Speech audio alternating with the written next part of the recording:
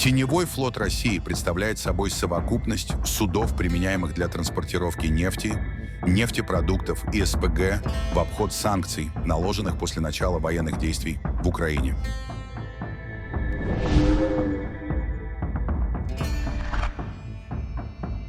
Эти суда характеризуются запутанными схемами владения, использованием удобных флагов и частой сменой названий.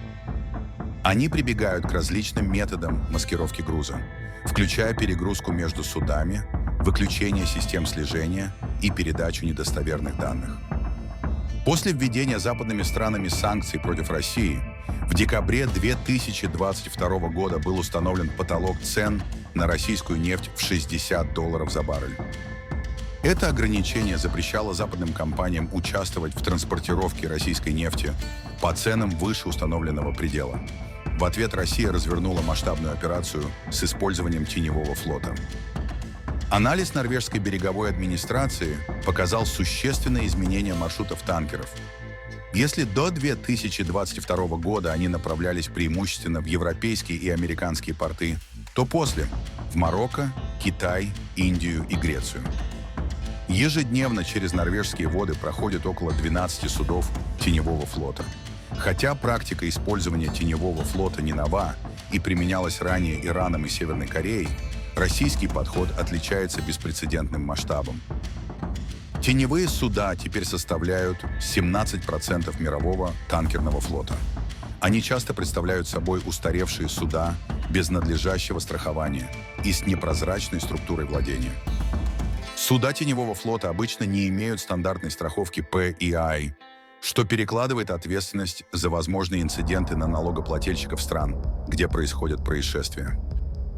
К октябрю 2023 года примерно 2/3 судов, перевозящих российскую нефть, были застрахованы в неизвестных компаниях. По оценкам, к началу 2024 года количество судов теневого флота достигло 1400 единиц, увеличившись на 600 за первый год после начала конфликта. Британские источники оценивают российские инвестиции в создание теневого флота в более чем $8 миллиардов.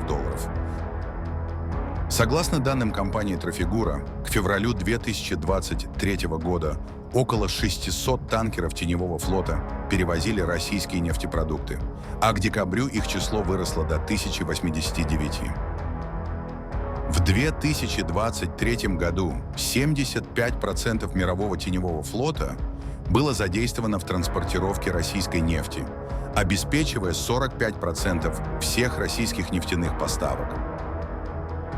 Показательным примером эффективности теневого флота стало увеличение поставок нефти в Индию с 88 тысяч баррелей в день до вторжения до 1 миллиона 800 тысяч баррелей к середине 2024 года.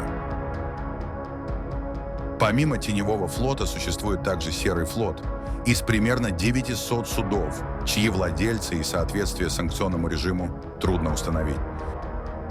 По данным Вартекса от декабря 2023 года, мировой теневой флот насчитывал 1649 судов, включая 1089 танкеров, занятых перевозкой российской нефти. Теневой флот составляет около 10% от общего количества судов, перевозящих жидкие грузы в мире.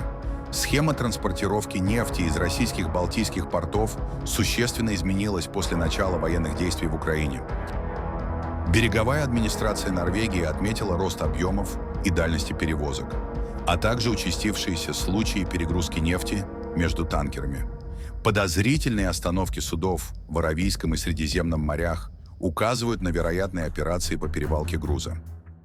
Санкции против отдельных судов оказались малоэффективными из-за длительного процесса сбора доказательств их принадлежности к теневому флоту и быстрой замены заблокированных судов новыми. Значительная часть российской нефти, транспортируемой теневым флотом, подвергается переработке или перепродаже, в том числе в виде нефтепродуктов в европейские страны.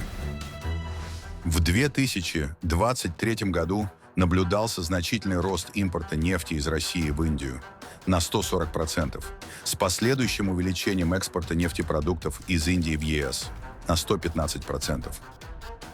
С начала 2024 года Россия расширила использование теневого флота на сектор СПГ.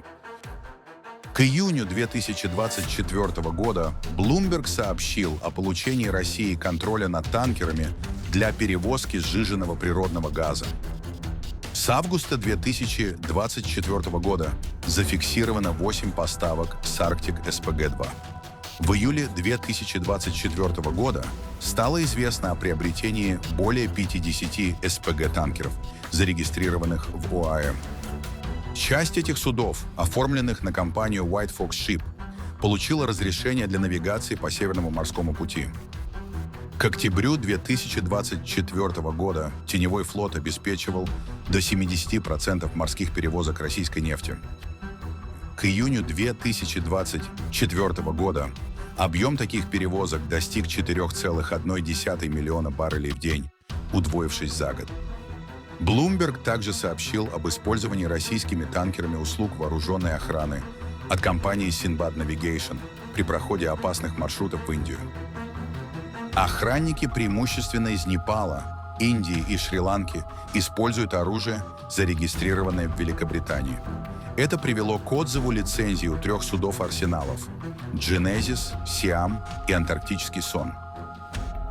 Санкционное противодействие теневому флоту активизировалось в конце 2023 года. Великобритания ввела ограничения против 10 танкеров, запретив им заход в порты и регистрацию. Американская ОФЭЦ последовательно вводила санкции против операторов и судов. Сначала против 2 операторов из ОАЭ и Турции и их судов, затем против еще 3 операторов. К началу 2025 года США расширили санкционный список до 183 российских судов. Правовой статус теневого флота регулируется несколькими международными соглашениями.